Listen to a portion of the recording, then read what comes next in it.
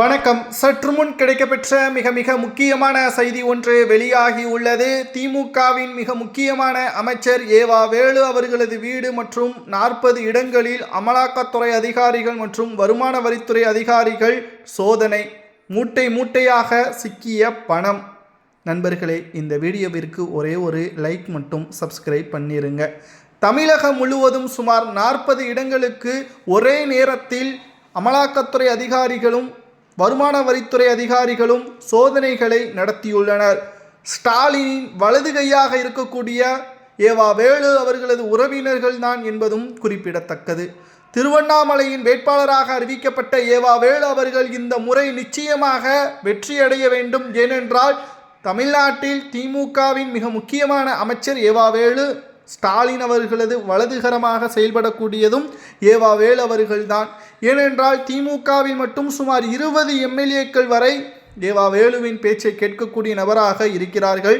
கலைஞர் அவர்களும் ஏவா வேலு அவர்களை புகழ்ந்து பேசியதையும் நாம் பார்த்திருந்தோம். ஸ்டாலின் அவர்கள் உள்ளிட்ட பலரும் ஏவா வேலு அவர்களை வெற்றியடை வைப்பதற்கான முயற்சியில் ஈடுபட்டு வரக்கூடிய நிலையில் திருவண்ணாமலையில் தற்பொழுது ஏவா வேலுவுக்கு செல்வாக்கு குறைந்துவிட்டது. 5 ஆண்டுகள் திருவண்ணாமலையில் பல நலத்திட்ட உதவிகளை செய்ய தவறியதன் காரணமாகவும் அங்கு எடப்பாடி பழனிசாமி அவர்களது தீவிர பிரச்சாரணம் காரணமாக மக்கள் அதிமுகவின் பக்கம் சென்று விட்டார்கள். வேறு வழி கிடையாது. ஒரே விஷயத்தில் மட்டும்தான் மக்களை ஏமாற்ற முடியும்: பணம்.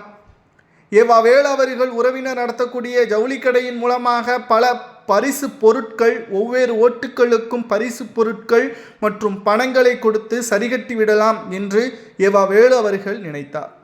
தேர்தல் பணிக்காக சுமார் 40 லட்சம் வரை தான் ஒரு தொகுதிக்கு செலவு செய்ய வேண்டும்.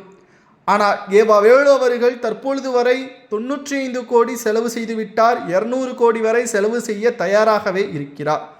இந்த நிலையில்தான் நேற்று இரவோடு இரவாக சுமார் 40க்கும் மேற்பட்ட இடங்களில் ஒரே நேரத்தில் வருமான வரித்துறை அதிகாரிகள் சோதனைகளை நடத்திய நிலையில் சில ஜவுளி நிறுவனங்களிலும் சோதனைகள் நடத்தப்பட்டு வந்தன.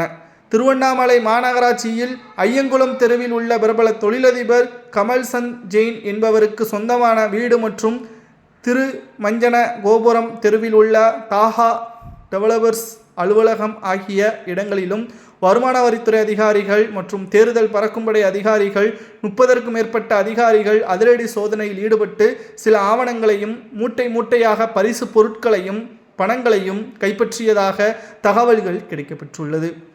அதிர்ச்சியில் ஸ்டாலின். தற்பொழுது ஏவா வேலு அவர்களது வேட்புமனுவே ரத்து செய்யப்படுமா, தேர்தலில் போட்டியிட தடை செய்யப்படுமா என்ற விசாரணையும் நடைபெற்று வருகிறது. உங்களது கருத்துக்களை கூறுங்கள்.